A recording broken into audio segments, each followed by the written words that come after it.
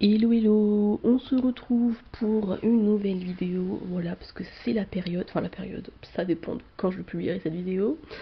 Voilà, peut-être que vous avez l'habitude déjà, hein, parce que bon, voilà, bref, mais en tout cas au moment où je tourne, c'est la période des top 10, ou de, peu importe, hein, mais des tops de fin d'année, enfin de fin d'année, de l'année qu'il y a eu en fait, tout simplement.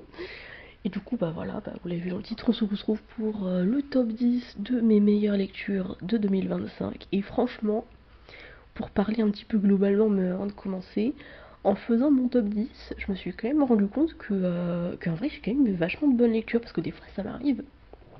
Où, bon, ça, c'est surtout bah, les années. Parce que j'ai tendance à lire de plus en plus, j'ai l'impression. Mais c'est vrai que du coup, des fois, il y avait des années où bah, j'avais pas vraiment de livres que j'aimais de fou. Et c'est vrai que c'était un petit peu des tops en mode bon bah on va prendre les livres dans l'ordre dans lequel j'ai les mieux notés, hein. Mais c'était pas spécialement. Bref, c'était pas genre il y avait pas de coup de cœur ou quoi. Euh, Là en fait c'est bizarre parce que j'ai aucun livre cette année, parce que c'est très rare que je mette des 20 sur 20. Et là cette année j'en ai mis aucun. Et pourtant j'ai quand même ce sentiment de coup de cœur. C'est un peu bizarre à dire parce que c'est un peu des genres de coups de cœur et en même temps je leur ai pas mis 20 sur 20. Et en même temps, genre, j'aurais tendance à dire que le coup de cœur absolu c'est celui où j'ai mis 20 sur 20. Je ne sais pas, c'est un sentiment très bizarre. Mais voilà, donc du coup on va passer au livre. Mais vraiment, pour dire cette année, je considère que ça a été, enfin l'année 2025 a été une bonne année de lecture et j'espère qu'en 2026 j'aurai plein de lectures trop bien comme ça. Parce que vraiment voilà, genre je suis trop contente. Donc en numéro 10, il s'agit de La mort de l'auteur de Nnedi Okorafor. Voilà, donc c'est un livre un peu style. Enfin, c'est un peu style, non, c'est carrément de la SF. Voilà, avec une autrice. Oui, dans le livre, elle est autrice. J'étais en train de me dire, attends, qu'est-ce que je raconte? Oui, une protagoniste autrice. Et je vais regarder le résumé parce que j'aimerais éviter de dire une erreur. Elle est paraplégique. Voilà, je voulais être sûre de pas confondre avec autre chose. C'est un livre qui m'a fait ressentir énormément d'émotions, mais vraiment ça a été les montagnes russes. J'ai autant apprécié certains personnages, j'ai envie de pleurer que j'ai envie de casser des bouches. Vraiment c'était à la fois insupportable à lire et en même temps trop bien. Voilà, vraiment c'est un livre que je recommande et en même temps je le recommanderais pas à tout le monde parce que je pense quand même qu'il faut pas être trop sensible pour le lire parce que c'est quand même un livre qui est très intense. Donc je le conseillerais pas à n'importe qui quand même parce que quand même évitons.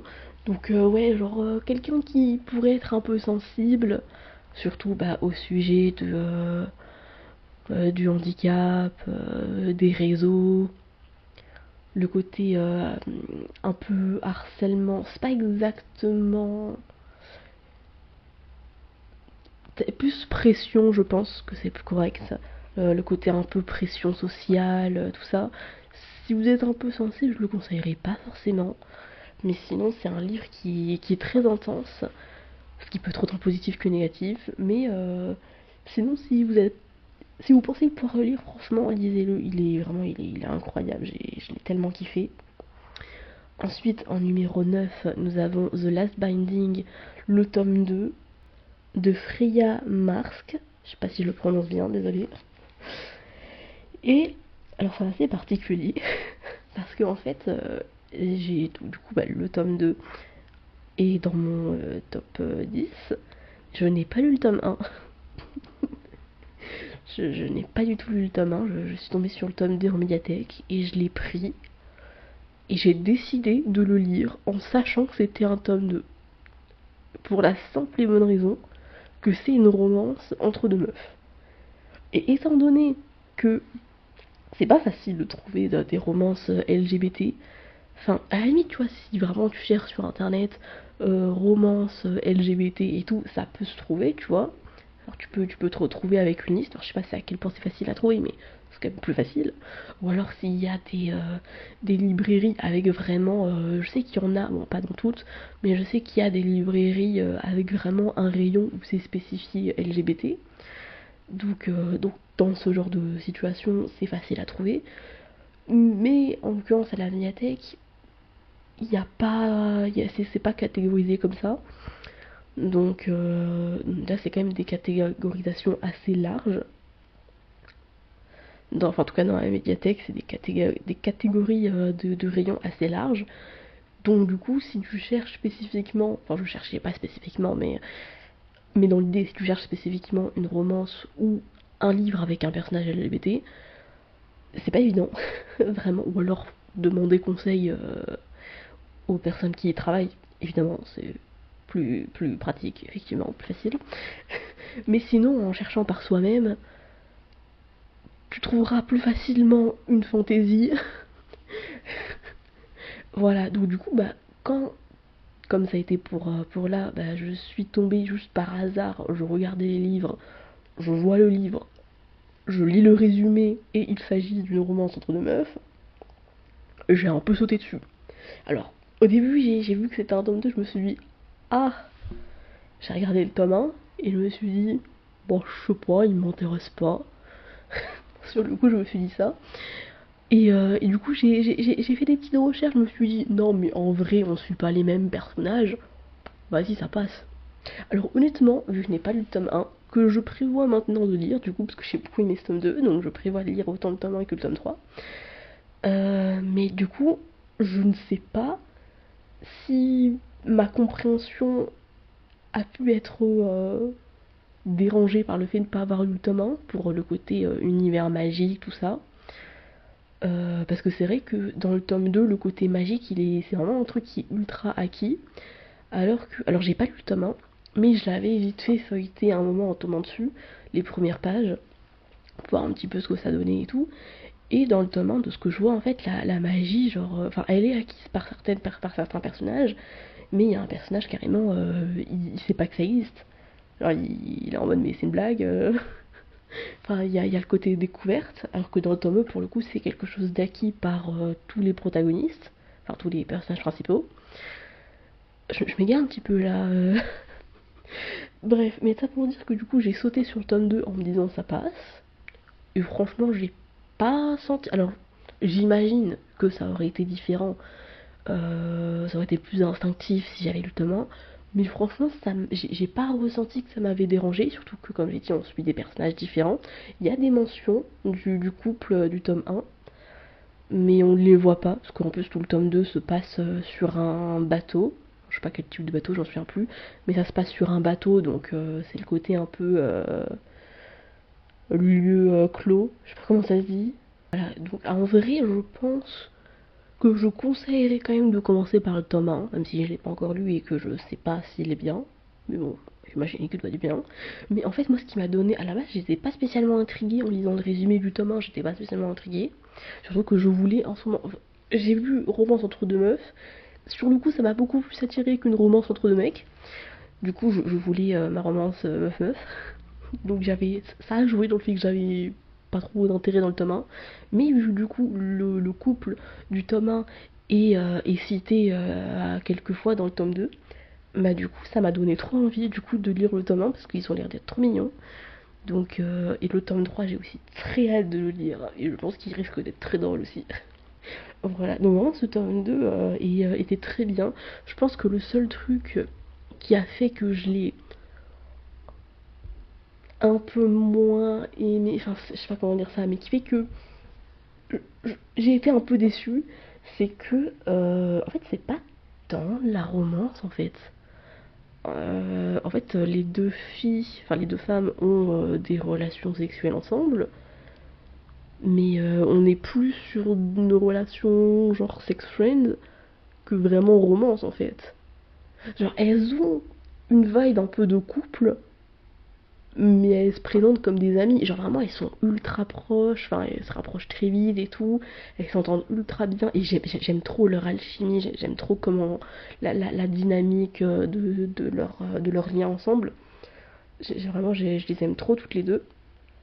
Mais il n'y a pas de romance en fait, il n'y a pas de déclaration d'amour, y a rien en fait. Et ça, j'ai été un peu déçue vraiment parce que j'aurais aimé. Mais en même temps, enfin, j'étais un peu déçue, mais en même temps, d'un côté, vu qu'elles étaient vraiment très proches, ça va quoi.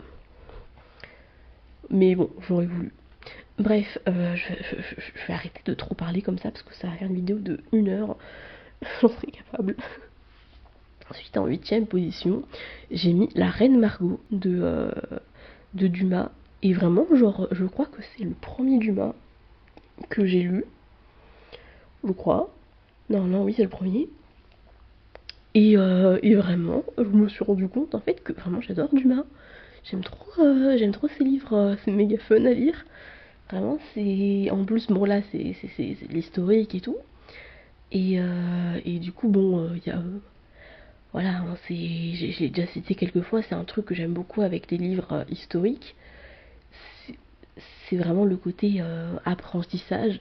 C'est un truc que vraiment j'adore en fait apprendre dans un contexte de fiction. Genre, j'avais déjà testé de lire de la biographie, mais je suis pas méga fan. Ou alors juste peut-être que c'était le livre qui avait une plume qui faisait que j'étais pas fan, hein, ça a peut-être joué. Mais c'est vrai que du coup, je préfère le côté un peu plus fictionnel. Surtout que en plus Dumas il romance beaucoup. Enfin beaucoup. N'exagérons pas, mais il romance pas mal. Et du coup vraiment ça rend ses livres ultra fun à lire. Vraiment c'est en fait tu lis son livre un peu comme si c'était vraiment juste un contexte, une histoire racontée dans un contexte historique. Genre vraiment c'est méga fun à lire. Vraiment j'ai trop kiffé et j'ai trop envie de lire d'autres Dumas du coup. Ensuite en 7ème position j'ai mis La fileuse de verre de Tracy Chevalier. Ça a été mon premier Tracy Chevalier et je pense que ça m'a fait découvrir potentiellement une de mes nouvelles autrices préférées parce que j'ai trop kiffé, enfin trop kiffé, non j'exagère, j'ai bien aimé La fileuse de verre et en tout cas j'ai quand même assez aimé pour me donner envie de lire ses autres œuvres. Chose que j'ai fait d'ailleurs, j'ai lu une autre de ses œuvres dont j'ai parlé dans un update lecture. Et vraiment, ouais, c'était vachement fun. Alors au tout début, vraiment les premières pages, je savais pas trop dans quoi je me lançais. Mais et j'ai été assez perturbée aussi parce que dans La fileuse de verre, du coup on suit un peu l'histoire du verre, du coup, du coup dans une famille. Et en fait la particularité de ce livre, c'est que il y a plusieurs siècles qui s'écoulent. Et en fait, on suit la même famille, les mêmes personnages. Enfin, des fois, il y en a qui partent et tout, mais dans l'idée, on suit les mêmes personnages qui grandissent pas normalement. Genre, c'est-à-dire que, je sais pas, imagine, en 2 siècles, va y avoir en fait à chaque nouvelle partie, il y a un changement de temporalité. Temporalité, je sais pas si c'est le bon terme, mais en changeant de période historique. Bon, c'est pas trop historique parce qu'il y a un moment où on est dans le présent. Bref, en changeant d'année, on va dire simplement. En changeant, au début, il y a un petit. L'autrice fait un petit paragraphe et tout, en expliquant que oui, on passe de tel siècle à tel siècle, ou enfin voilà, telle année à telle année, et nos personnages, je sais pas, dans ces 200 ans, nos personnages ont grandi de 5 ans. Je dis un truc au pif, donc c'est vrai qu'au début c'est très perturbant, du coup, parce que c'est assez perturbant. Je sais qu'il y a des personnes qui ont pas trop kiffé ce côté-là.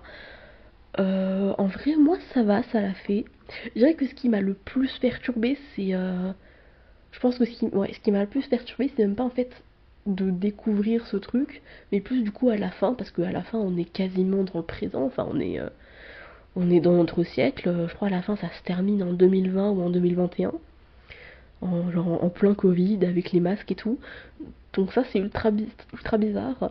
Mais je pense aussi que c'est surtout que j'ai pas du tout l'habitude que le Covid soit mentionné dans un livre. Du coup c'est très perturbant. Mais c'est vrai que moi en vrai j'ai comparé à d'autres qui ont pas aimé ce changement bizarre. Moi en vrai ça m'a pas trop gêné parce qu'en fait je l'ai plus pris en mode c'est l'histoire du ver au cours du temps plus que de cette famille en fait. Même si cette famille, en fait j'ai eu plus en mode la famille c'est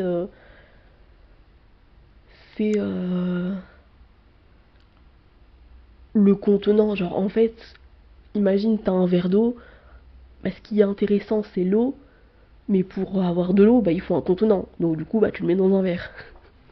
C'est expliqué ultra mal, mais ça a fait que du coup ça m'a pas dérangé et du coup aussi bah c'était très intéressant. Et c'est dingue de se dire, enfin genre toutes les recherches que l'autrice a dû faire, n'empêche c'est assez impressionnant. Ensuite, en numéro 6, j'arrête pas de dire ensuite, je me rends pas compte, j'espère que c'est pas trop chiant à écouter, mais je sais pas trop comment faire des transitions, ou alors je dis pas ensuite et je dis direct en numéro 6, peut-être, parce que ça doit être très chiant à écouter, peut-être je me rends pas compte. Donc en numéro 6, j'ai mis Rien n'est parfait de Alex Ember, je crois. J'ai pas du tout mes notes sous la main, c'est catastrophique. Oui, c'est ça, Alex Ember. Parce qu'à chaque fois, avec ce prénom Alex, je confonds toujours entre Alex et Axel. Il y a toujours un moment où je me dis, attends, c'est lequel des deux le bon prénom? C'était Alex. Tout va bien, je ne me suis pas trompée. Donc, Rien n'est parfait, c'est un livre que j'ai beaucoup aimé. J'ai envie de dire, vraiment, j'arrête pas de dire ça, c'est logique, c'est mon top 10, c'est logique que j'ai aimé les livres. Mais je sais pas quoi dire. Voilà, donc on est sur une petite romance lycéenne avec bah, du coup des personnages queer. Et ce qui est bien d'ailleurs, c'est que il y a plusieurs types de personnages queer. Il y a un personnage, j'espère que ma mémoire est bonne et que je dis pas de merde. Il y a un personnage qui est aromantique, je crois que c'est bien ce terme qui est utilisé dans le livre. J'espère ne pas dire de merde, mais si je me trompe pas, c'est ça. Et du coup, voilà, genre c'est tout con, mais c'est vrai que bah, dans les livres LGBT, tu vas avoir soit un personnage gay, lesbienne ou bi. Et c'est vrai que l'aromantisme, je sais pas si ce mot existe, c'est vrai que c'est un truc que je n'ai jamais vu dans un livre, à part dans celui-là, du coup. Donc c'est vrai que bah, c'est toujours cool d'avoir de la diversité. Voilà, et sinon, bah, les personnages, j'aimais trop les personnages, les dynamiques et tout, genre le couple principal, vraiment, elles sont trop mimes, c'est tout, vraiment, j'ai trop aimé. Bon, après, ça m'a un peu stressé parfois de lire parce qu'il y a parce que c'est des personnages qui veulent participer, alors je sais pas comment ça se dit, participer pour faire partie, ouais, qui veulent faire partie, ça sera plus rincé, qui veulent faire partie du CVL, Conseil de vie lycéenne. CVL, oui c'est ça. Et du coup bah ça m'a, étant donné que je suis une personne qui est assez stressée et angoissée dans la vie, du coup bah les voir faire organiser les trucs, j'ai même plus les termes, c'est catastrophique, mais organiser du coup pour essayer d'être élu, ça m'a trop stressée pour elle, vraiment c'est je suis une catastrophe, hein, vraiment c'est voilà, mais sinon vraiment j'ai trop aimé, elles étaient trop mignonnes. Il y a des moments où j'étais un peu frustrée, mais sinon vraiment elles étaient trop mimes, c'est tout. Il y a de la communication qui n'est pas parfaite, mais bon après tout nous ne sommes pas parfaits. Mais ouais, vraiment c'était trop mime, j'ai trop aimé. Numéro 5, j'ai mis Les 15 premières vies d'Harry Auguste. Je crois que c'est le seul livre où j'en ai pas encore parlé en update lecture, parce que je l'ai lu après du coup, les livres de cette update. Mais c'est un livre que j'ai beaucoup aimé. Logique, encore une fois. C'est terrible. Hein. Et ce qui est assez rigolo, c'est que en ce moment, je me sens pas du tout en phase SF. Genre, je sais pas, genre tu me dis SF, en théorie, genre... je suis pas du tout en phase SF. J'ai été un peu plus quand j'ai lu la mort de l'auteur, mais bon, ça remonte à plus tôt dans l'année, alors que les 15 premières vies d'Harry Auguste est plus récent. Et en ce moment, je suis vraiment pas du tout en phase SF, et pourtant ce livre est de la SF. Mais bon, après, il y a plusieurs types d'SF, tu vois. Parce qu'en soi, ce livre, c'est un peu de la SF, parce que ben, on parle de science et tout, mais techniquement, vu qu'on n'a pas de réponse au phénomène principal, qui est du coup le fait que, du coup, bah, j'explique un peu le livre, c'est que, bah, du coup, en fait, le personnage d'Harry Auguste a la particularité que, en fait, quand il meurt, il revient au moment de sa naissance. D'où le titre, hein, les 15 premières vies. Et vraiment, genre, c'est tout le temps comme ça. Vraiment, c'est. Et vraiment, alors techniquement, il peut changer les cours du temps. Enfin, changer. À lui tout seul, il va pas changer grand chose. Mais techniquement, s'il fait certaines choses, il peut changer le cours du temps. Mais c'est pas juste. Enfin, mais c'est l'idée que vraiment, il revit. Et en fait, bah, ce phénomène en soi, bah, on n'a pas de réponse. On sait pas s'il y a quelque chose d'un peu de scientifique, si c'est lié à de la magie et tout. Et j'avoue que c'est le genre de petit mystère, parce qu'on n'a pas la réponse à la fin.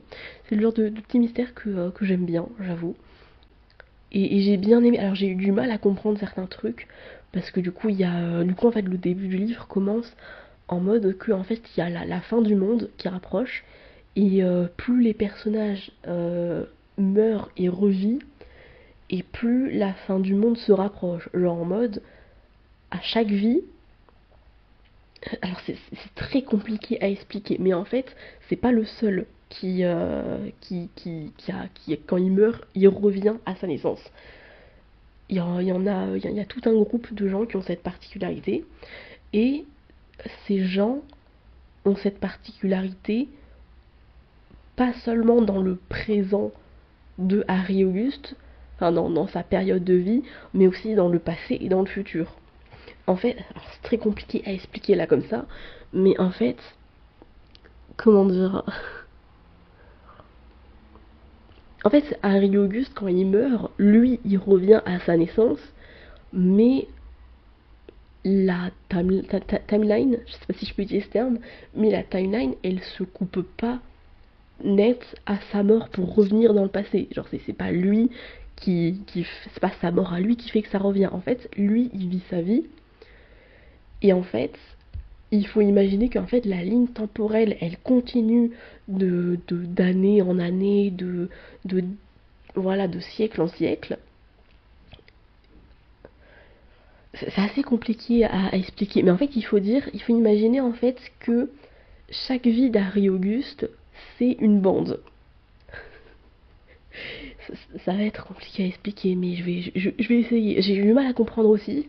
Je vais essayer d'expliquer ça simplement. Mais en gros, chacune de ces vies, c'est une bande de vie, tu vois. Donc du coup, il meurt dans une bande de vie. Donc du coup, il va revivre dans une deuxième bande de vie. Et pendant ce temps-là, que lui, il est mort, bah du coup, la bande de vie précédente où il a vécu, elle continue. Lui, il y vivra pas, mais elle continue d'avancer. En fait, le monde, il est pas figé en tant que tel. Chaque siècle, chaque génération continue de vivre, que ce soit avant qu'il naisse ou après qu'il naisse. C'est assez compliqué à expliquer, mais j'espère que j'ai quand même été assez claire. Donc ça fait que techniquement, le futur existe. Et que en fait, les actes qu'ils font dans leur période à eux, bah, après leur mort, ça a des conséquences dans le futur. Qu'ils ne vivront pas.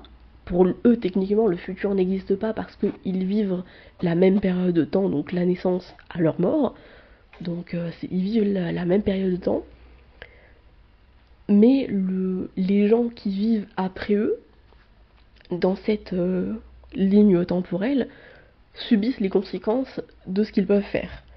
Et donc du coup, bah, de ligne temporelle en ligne temporelle, les conséquences de leurs actions font que la fin du monde se rapproche de plus en plus. J'espère que j'ai été assez claire, ça a été très compliqué à expliquer, autant que ça a été pour moi de comprendre le système, parce que j'ai eu vraiment du mal.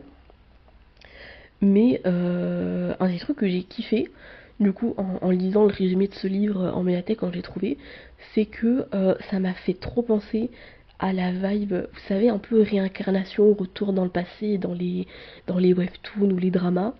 Et je sais qu'il y a beaucoup de gens les webtoons, les dramas qui parlent de réincarnation, de retour dans le passé, les gens sont saoulés de cette trope qui commence à beaucoup revenir. Mais moi, je kiffe. Vraiment, en fait, oh, des fois ça peut être lassant parce que les gens écrivent vraiment de la même chose. Mais en fait, comme je l'ai dit, en fait, je le vois vraiment comme une trope, en fait. L'histoire, en fait, un peu comme du fake dating ou du enemies to lover, genre, oui, au final, bah, c'est la même chose.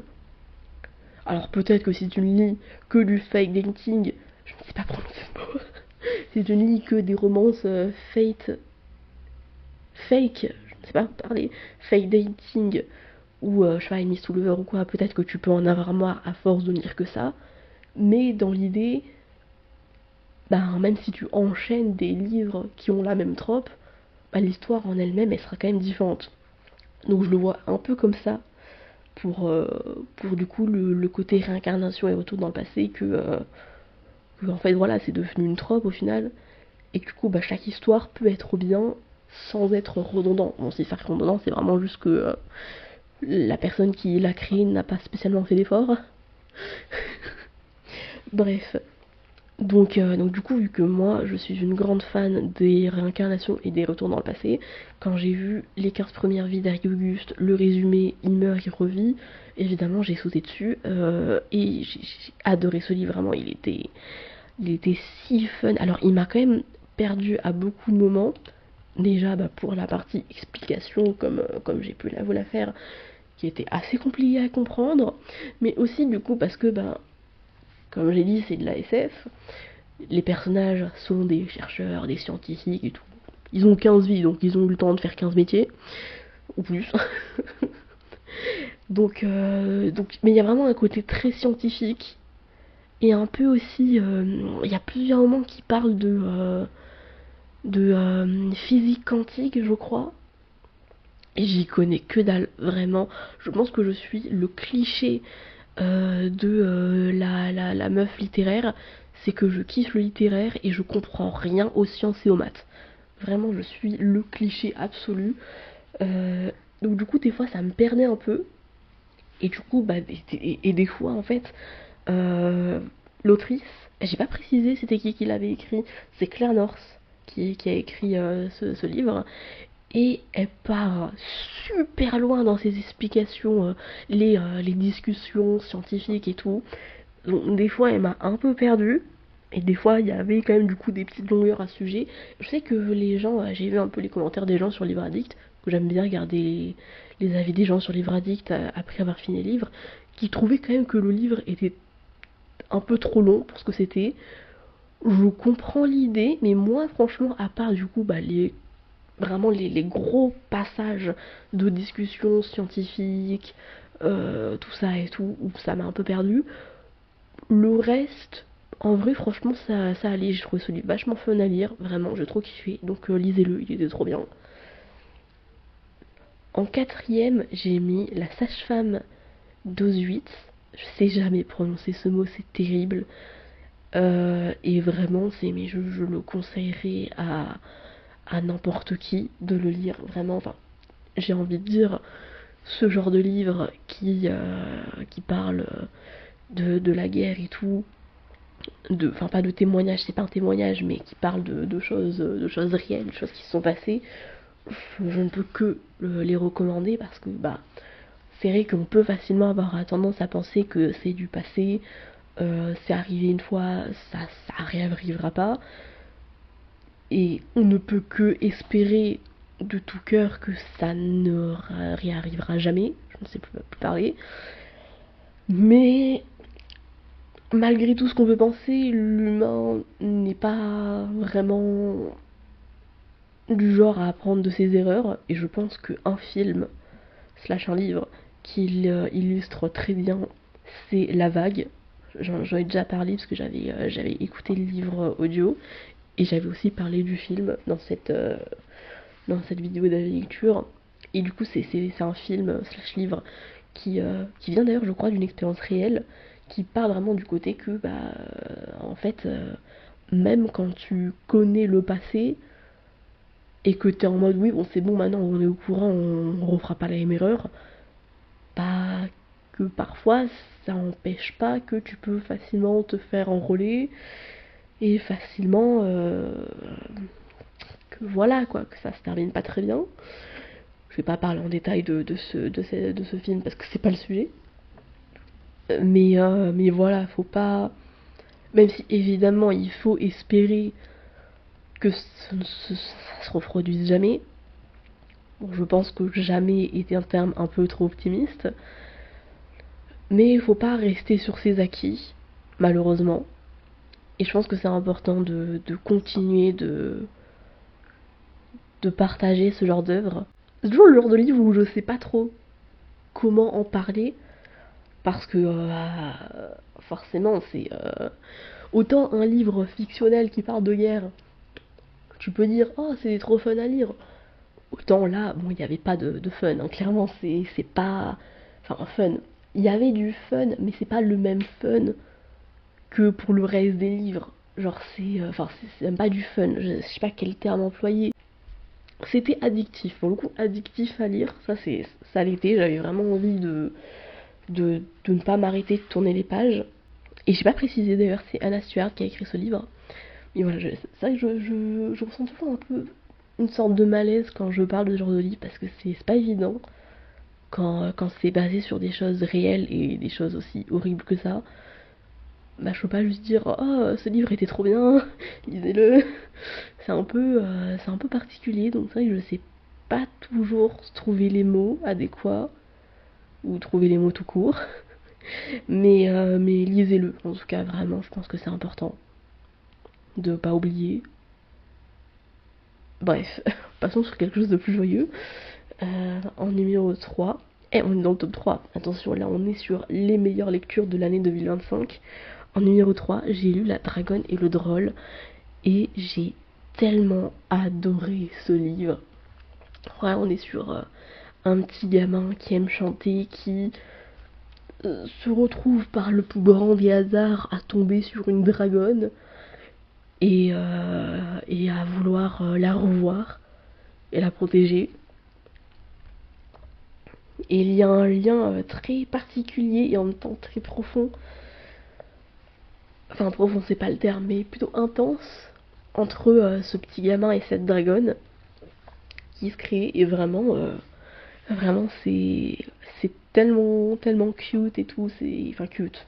Il se passe des choses pas ouf, mais j'ai adoré leur lien, vraiment c'était très fort. Euh, et ce qui est dingue, c'est que vraiment ce livre à la base, c'est le genre de livre, je ne m'attendais à rien, vraiment. Des fois il y a des livres, je suis méga hypée de les lire, et effectivement quand je les lis, ils sont trop bien. Là pour le coup c'est vraiment le genre de. C'est typique le type de livre où vraiment j'avais zéro attente. Vraiment je l'ai pris, je l'ai lu, et j'ai kiffé. Vraiment, et c'est pas genre j'avais pas d'attente enfin en sens négatif. Quoique, je m'attendais potentiellement à pas trop kiffer. Ou à ce que ce soit genre un peu osef, tu vois. Et vraiment, le livre il m'a dit ta gueule et apprécie. Clairement. Mais vraiment, j'ai tellement kiffé ce livre.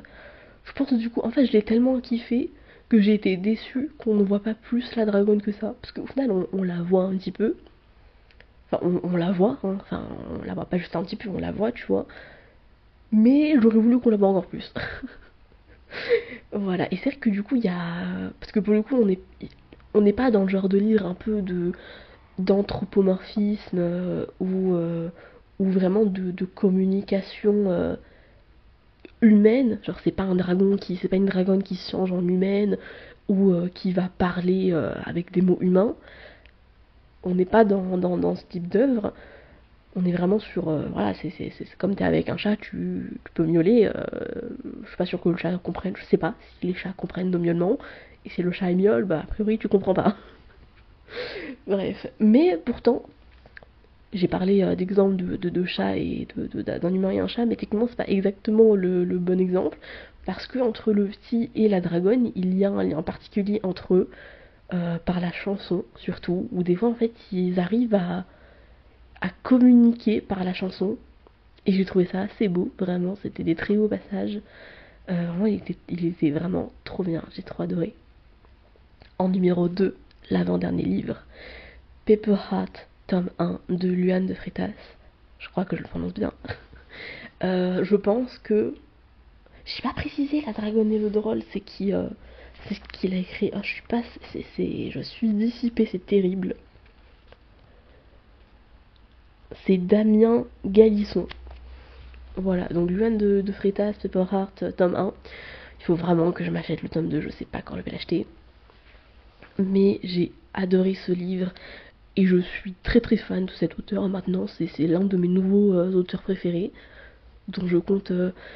en ce moment, il publie sur Wattpad un livre qui s'appelle... Enfin, c'est un livre, il n'a pas de nom. Intitulé, ça va être très scolaire, Poème, que je suis en train de lire et que je surkiffe. Et vraiment, je n'attends qu'à avoir d'autres livres de cet auteur parce que je pense que c'est un de mes nouveaux auteurs favoris. J'adore, je suis trop fan. Et Pepper Heart, c'est vraiment trop bien. À la base, j'ai été vraiment tombée dessus par hasard, même pas en médiathèque, parce qu'il n'y est pas dans la médiathèque. Donc à la base, j'étais vraiment juste à la Fnac. Vraiment, je me baladais dans les rayons et je tombais dessus un peu par hasard.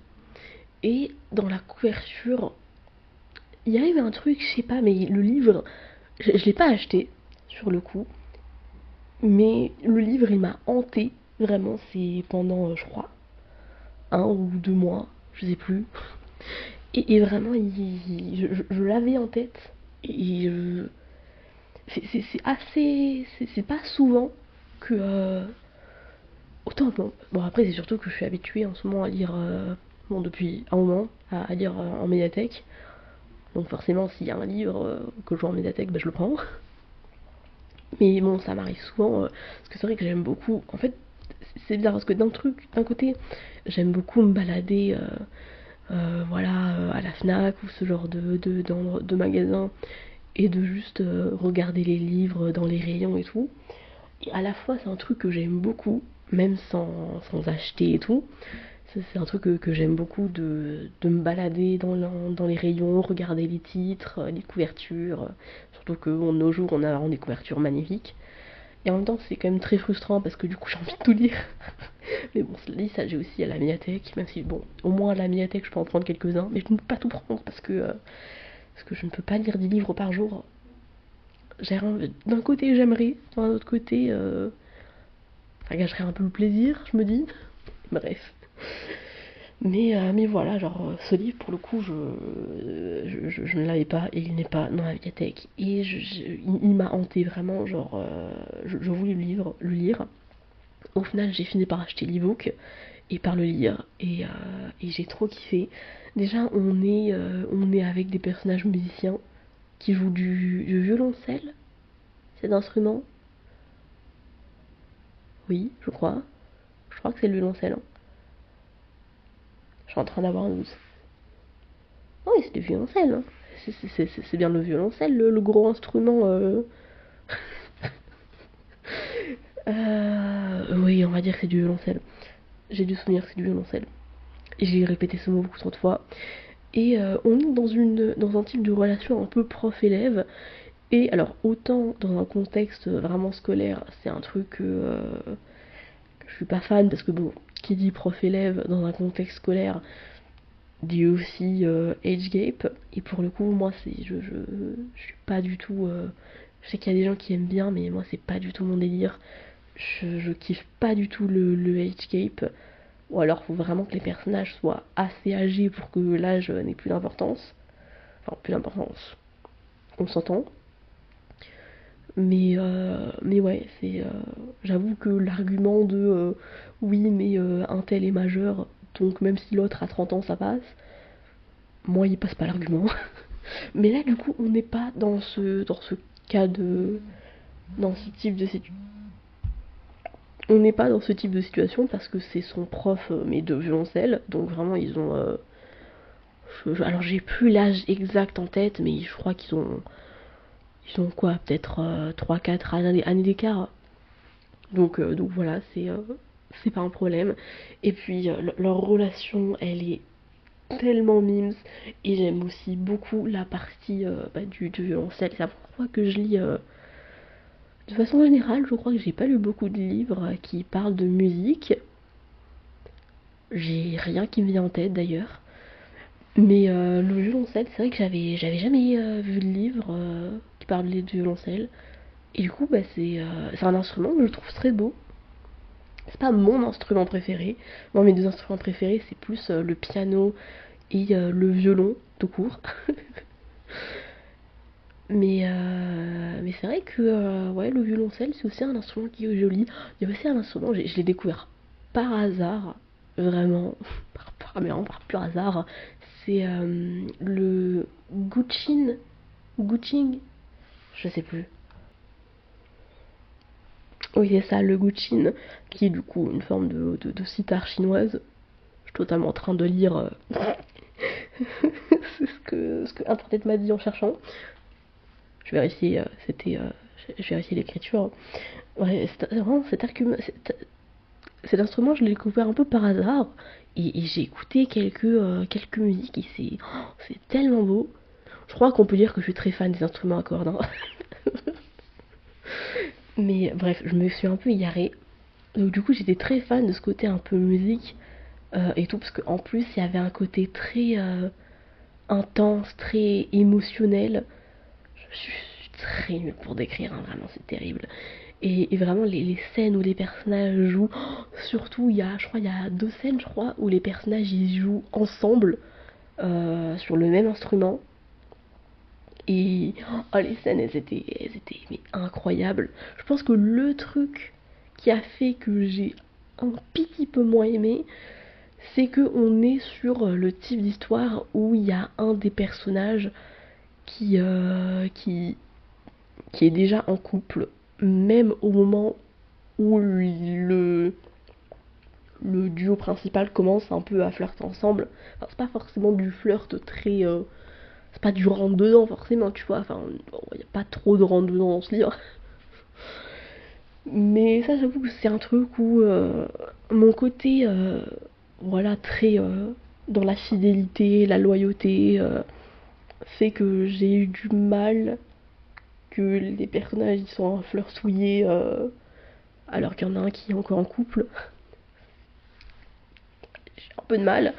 Mais outre ça, franchement, je pense qu'il n'y aurait pas eu ça, ça aurait été le coup de cœur absolu de toute ma vie. Ce truc a fait que j'étais un petit peu moins fan. Mais bon, c'est quand même mon top 2, donc voilà, il était quand même bien. Mais voilà, vraiment ce livre est incroyable. Je suis très fan de cet auteur. Je veux lire tous ses livres. Bon, pour ça, il faudrait que je commence par acheter le tome 2. Mais c'est une question de temps. Un temps qui peut être très long, certes, mais d'autant quand même. Et en numéro 1, le livre que j'ai préféré de mon année 2025. C'est vraiment du coup mon livre préféré de l'année 2025. Bingzhou Café de Sujin Witherspoon. Ah mais ce livre, je l'ai tellement aimé. Vraiment, j'avais hâte de lire. C'était un des livres où j'avais hâte de lire en le prenant en médiathèque. Et ce livre, il est tellement addictif. En plus, c'est aussi un des trucs qui fait que j'aime beaucoup les chapitres courts. C'est que du coup, quand les chapitres ils sont courts, c'est encore plus facile de lire encore plus et de dire bon allez les chapitres ils sont courts, je peux en lire un dernier avant d'aller dormir, et puis encore un dernier, et puis encore un autre. Vraiment c'est pour ça que je commence à préférer les chapitres courts. Alors que c'est vrai que quand les chapitres ils sont longs, bah, c'est un peu plus compliqué de se dire lire un dernier chapitre avant de dormir, parce que sinon c'est très assumé que tu vas pas dormir maintenant. Alors que le et un dernier chapitre, il y a, quand c'est des chapitres courts, il y a un peu la volonté de peut-être que je vais m'arrêter à ce chapitre si la fin ne me donne pas envie de tourner la page. C'est un petit peu plus. Au final, on est un peu plus dans le déni, hein, en fait. Hein. Non, parce que vraiment, à un moment, je sais pas en combien de temps j'ai lu ce livre, en 2 ou 3 jours, je crois. Et il y avait un moment où vraiment c'était un dernier chapitre. Et à un moment, je me suis dit, franchement, où j'en suis, autant lire jusqu'à la fin. Mais en même temps, j'avais un raisonnement, bon, un raisonnement qui est un peu une excuse, c'est que à ce moment-là, du coup, enfin, c'est un truc que je fais un peu, toujours un petit peu, c'est vraiment de me dire, alors ça dépend du livre, parce qu'il y a des livres où je vais plutôt lire 50-60 pages par heure, et d'autres livres où je vais lire entre 80 et 100 pages par heure. Là, pour le coup, c'était le type de livre où j'étais plus à 100 pages par heure, parce que ça se lit très vite. Donc du coup, je lisais 100 pages par jour, et du coup, bah, en fait, à un moment, à force de me dire, allez, un chapitre de plus, un chapitre de plus, un chapitre de plus, bah, au final, je me retrouvais à moins de 100 pages. Donc du coup, ma réflexion, ça a été de me dire, bah, au final, je vais pas faire mon heure de lecture entière demain. Donc, autant que je le finisse aujourd'hui et je commence un autre livre demain. Et quand on y pense, moi, je trouve que c'est un résumé, un raisonnement qui se tient. Voilà, pas du tout une excuse parce que je voulais continuer. Pas du tout, je vois pas de quoi vous voulez parler. Si c'était complètement une excuse. Mais sinon, j'ai pas parlé du livre. En gros, on est dans un délire d'un mec qui doit. Je crois, c'est un délire en mode, oui, de reprendre l'entreprise familiale. Ou en fait, c'est une chaîne de café, je crois. Et où du coup, ils vont ouvrir un autre café qui sera le sien à lui. Sauf que au final, il y a des trucs qui font que il se retrouve en quelque sorte viré de son propre café, en quelque sorte. Et du coup, il décide d'aller voir la concurrence. Alors c'était pas en mode dans l'idée de ah bah je vais voir la concurrence, c'est plus que il est en mode je cherche un travail. Il y a un de ses potes qui bosse chez la concurrence et il lui dit viens à mon travail au pire. Et il est en mode ok. Alors ça se passe pas exactement comme ça la discussion. Mais du coup il se retrouve à travailler chez la concurrence. Et il y a un peu un côté fan family avec les gens qui travaillent là-bas, avec une romance, avec une femme. Je sais pas pourquoi j'ai autant cherché pour dire ça. Bref. Voilà, une petite romance et tout qui était assez cute avec du fake dating. Et je dois dire que dans les tropes de romance, le fake dating, j'ai du mal à le prononcer si je le dis trop vite. Fake dating. On va le dire lentement parce que sinon ça va faire beaucoup plus long. Le fake dating, c'est une de mes tropes de romance préférées. Je sais pas pourquoi, mais, euh, mais c'est de l'ordre de côté. Je sais pas, j'aime bien. C'est un peu comme le mariage de convenance. Bon, sauf que là, c'est pas un mariage, ça va un peu moins loin. Mais c'est le genre de truc que j'aime bien. Et puis leur dynamique, elle était incroyable. Vraiment, c'était si drôle. Je crois que un des trucs qui m'a un peu déçu, ça a été qu'en fait, à un moment, il y a un truc qui est très reproché au protagoniste. Et franchement, alors ça se comprend, mais en même temps, il y a des choses dont on l'accuse où ça va quand même vachement loin. En fait, sous prétexte que le personnage a fait tel truc pas ouf, que voilà, qui était pas ouf, à un moment où il ne se connaissait même pas en plus, bah du coup, sous prétexte qu'il a fait ça à ce moment-là, ils se mettent à l'accuser de plein de choses horribles dont il n'est pas responsable et dont il est même une victime pour certains des faits. Et vraiment, il est vraiment, enfin, c'est vraiment ultra accusé, ultra, enfin voilà, ça se passe pas bien. Et à côté, t'as un personnage qu'ils connaissent et voilà qu'ils connaissent et qui fait un truc mais genre un truc horrible. Enfin, pour moi c'est encore pire, déjà pour moi c'est encore pire ce genre de crasse parce que en plus enfin je trouve que c'est quand même pire quand on te fait une crasse quand tu connais la personne que quand tu la connais pas. Et pourtant, ce personnage s'en prend moins la gueule, ne s'excuse pas, et finit par donner. Et ça, j'avoue que c'est un peu un truc où j'ai soufflé fort, mais très très fort, quand ça arrivait, parce que vraiment, je pense que c'est du truc un peu dommage. Je pense qu'il n'y aurait eu pas ça, ça aurait été encore plus un coup de cœur.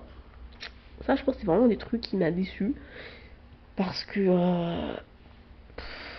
Autant en fait, il y a un des trucs. C'est compliqué d'expliquer sans spoiler, mais en fait, le personnage a fait deux trucs qui sont considérés comme une trahison. La première chose que ce personnage a fait, franchement, ça passe. Franchement, tu peux avoir le seum, mais bon, tu peux voilà avoir le seum, dire oh, franchement ça se fait pas, enfin voilà et tout. Tu peux un peu grogner qui fait ça. Mais voilà, tu peux être voilà un peu dégoûté, mais ça va. Franchement, on- voilà, selon avec les raisons du personnage, ça allait franchement. Mais l'autre truc que le personnage a fait, là pour le coup, c'était vraiment un truc ultra bâtard. Vraiment, et je comprends pas comment le personnage a pu être pardonné sans demander pardon en plus. Hein. Le personnage a été pardonné sans s'excuser. Carrément, ça m'a tellement choqué que j'ai relu le passage pour vérifier. Non, non, le personnage ne s'excuse pas et il est quand même pardonné. Et ça m'a sidéré clairement quand j'y ai repensé. Parce que bon, il y a plein de choses qui se passent, donc sur le coup, j'ai pas spécialement tilté. Mais vraiment, j'y ai repensé, je me suis dit, mais attends, mais le personnage s'est pas du tout excusé. Et j'ai relu le passage, et vraiment, ça m'a sidéré que ça se finit super bien pour le personnage, alors que ce personnage ne s'est pas excusé. Vraiment, Vraiment, ça m'a trop énervé.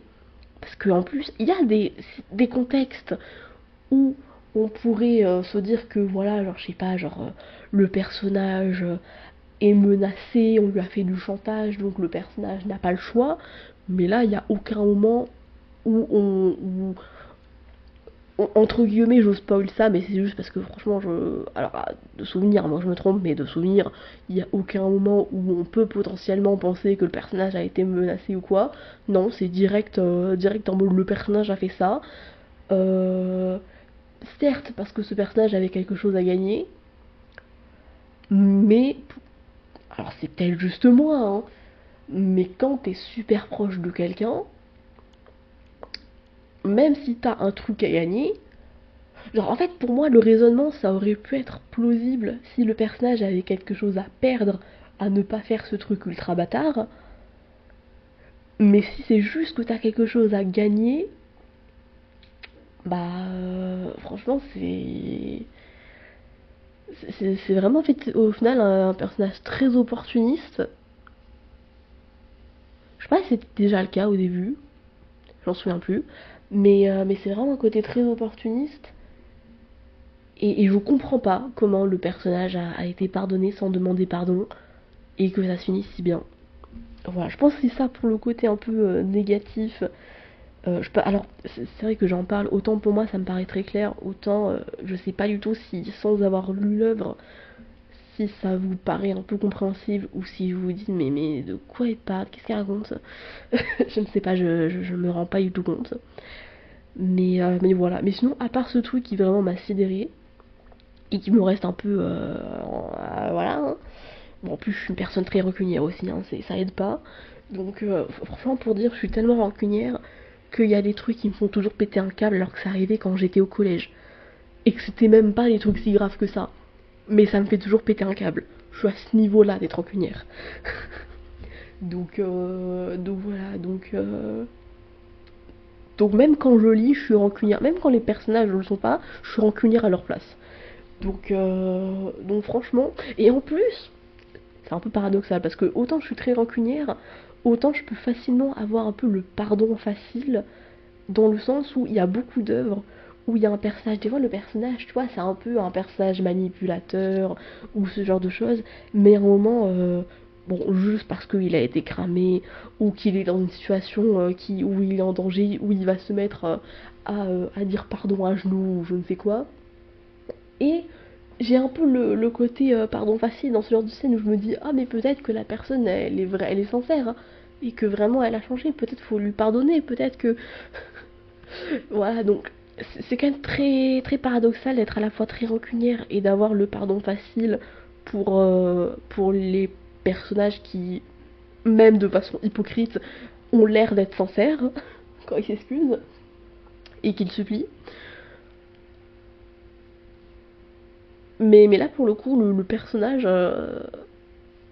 En fait, je crois que j'ai du mal à. Quand dans une œuvre, le groupe de personnages principal pardonne à un personnage et que du coup il continue comme si de rien n'était, alors que moi je lui ai pas pardonné. Bref, je m'égare un petit peu. Mais du coup, voilà, j'espère que je vous ai donné envie de lire ces livres et que j'en ai pas trop parlé n'importe comment parce que je suis très nulle à ça. En impro total, j'ai dit un peu de la merde, peut-être par-ci par-là. Donc voilà, j'espère que ça vous aura donné envie de les lire. Moi, ça me ferait très plaisir de vous avoir influencé en tant que, que personne très influençable, que je suis capable de m'influencer moi-même. Je suis douée, hein. Voilà, donc voilà, dites-moi si ça vous a donné envie de lire un des livres, ou alors si vous avez lu un de ces des livres, bah, quel a été votre avis. Peut-être qu'il y en a un que vous avez détesté. Écoutez, je suis ouverte à la discussion tant que tout se passe dans le respect. Et voilà, hein, c'est la fin de cette vidéo. Alors, au tournage, je suis à plus d'une heure, mais j'ai vu quand même pas mal de moments de blanc. Donc, j'espère que je vais réussir à descendre. Je sais pas à combien je vais réussir à descendre, mais normalement la vidéo devrait faire moins d'une heure. Techniquement parlant, elle devrait faire moins d'une heure. Peut-être à une seconde près. Ce serait drôle. Bref, j'arrête de tergiverser. Je n'ai pas utilisé cette expression depuis perpète. Et je vous laisse, hein, voilà, hein, passer une très bonne journée, faites de bonnes lectures et d'ailleurs, du coup c'est vrai que j'y pensais même plus, mais n'hésitez pas à me donner votre propre top 10 avec, je sais pas, peut-être quelques arguments pour essayer de me convaincre de lire certaines de vos œuvres préférées de l'année 2025.